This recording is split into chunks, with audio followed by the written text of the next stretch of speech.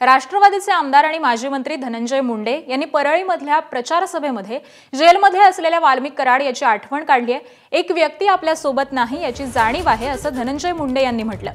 तर त्यांच्या वक्तव्यानंतर विरोधकांकडून जोरदार टीका करण्यात येते। त्यावरती आता सुप्रिया सुळेंनी देखील निशाणा साधलाय।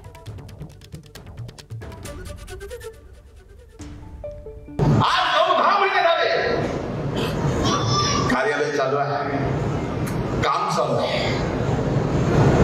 हे सगळं बोलत असताना आपल्यासोबत आपला एक व्यक्ती नाही याची जाणीव पण होते। माझ्यासारख्या एक कार्यकर्ता म्हणून सहकार्याला सहकार्य समजतो म्हणून मला सुद्धा याची कुठेतरी आजच्या कार्यक्रमात जाणीव करून द्यावी। काय चुकलं काय नाही ते बघेल न्यायालय, तर ती जाणीव नक्कीच। त्यांच्या स्टेटमेंटचा मी जाहीर निषेध करते।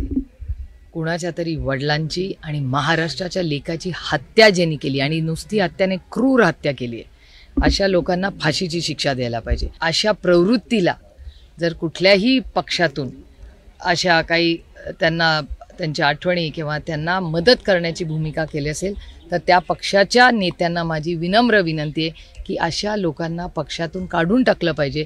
कारण का हे महाराष्ट्राच्या ऐक्यासाठी हे अतिशय घातक आहे आणि एका क्रूर हत्येमागच्या लोकांची ह्यांना जर आठवण असेल त्यांची विचारधारा काय आहे ह्याच्यावरच प्रश्नचिन्ह आहे। एबीपी माझा, उघडा डोळे बघा नीट।